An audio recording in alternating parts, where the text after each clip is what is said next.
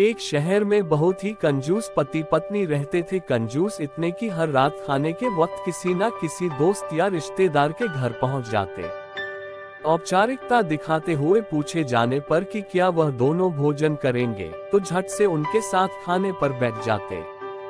अपनी छुट्टियां मनाने कभी एक तो कभी दूसरे के घर डेरा डाल देते और खूब मस्ती करते। अपनी खातिरदारी करवाना और रोज नए नए पकवान की फरमाइश करना तो अपना हक समझते थे, लेकिन जब कोई उनके घर आने की बात करता तो कोई ना कोई वजह बता उन्हें टाल देते। एक दिन उनकी बुआ और उनका परिवार बिना बताए उनके घर पहुंच गया। पति पत्नी की कंजूसी भारी पड़ी। काफी देर तक गप्पे मारने के बाद कंजूस पति पत्नी को लगा कि अब तो रात का खाना खिलाना ही पड़ेगा, मगर उनका कंजूस मन उन्हें खर्चा करने से रोक रहा था। तभी पति को एक उपाय सूझा। बुआ की तरफ देख पत्नी से बोला, आज बुआ बहुत दिनों बाद घर आई है, तुम जल्दी से और कुछ नहीं तो दाल चावल और साथ में मटर पनीर बना लो। मटर पनीर का नाम सुनते ही पत्नी परेशान, जब देखो मुंह उठा चले आते हैं। अब मटर पनीर पर इतना खर्चा करो, मन ही मन बड़बड़ाती हुई पत्नी जी रसोई में जा घुसी।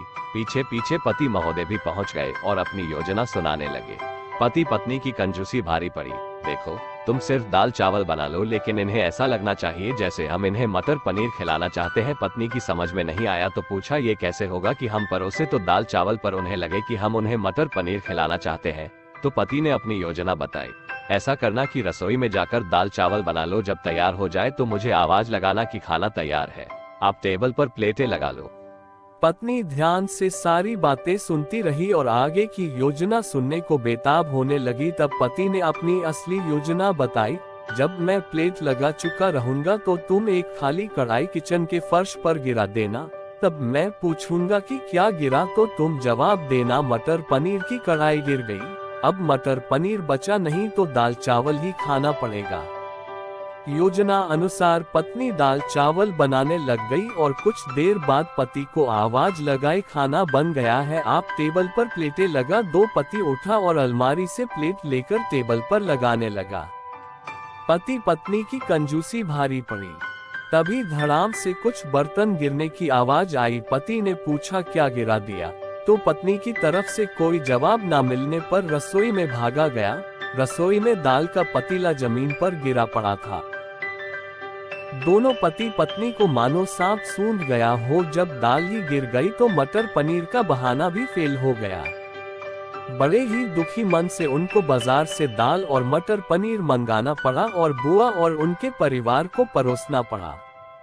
पति पत्नी की कंजूसी भारी पड़ी। तो दोस्तों, देखा आपने कैसे एक कंजूस को लेने के देने पड़ गए। चले थे पैसे बचाने और बाजार से खाना मंगाने पर दुगना पैसा खर्च हो गया। दोस्तों, पति पत्नी की कंजूसी भारी पड़ी हिंदी कहानी को पढ़ने के लिए धन्यवाद। आपको ये कहानी कैसी लगी नीचे कमेंट करके हमें जरूर बताइएगा। अगर आपको ये कहानी पसंद आई हो तो अपने दोस्तों के साथ जरूर शेयर करें और ऐसी ही प्यारी कहानियां सुनने के लिए हमारे YouTube चैनल से जुड़े।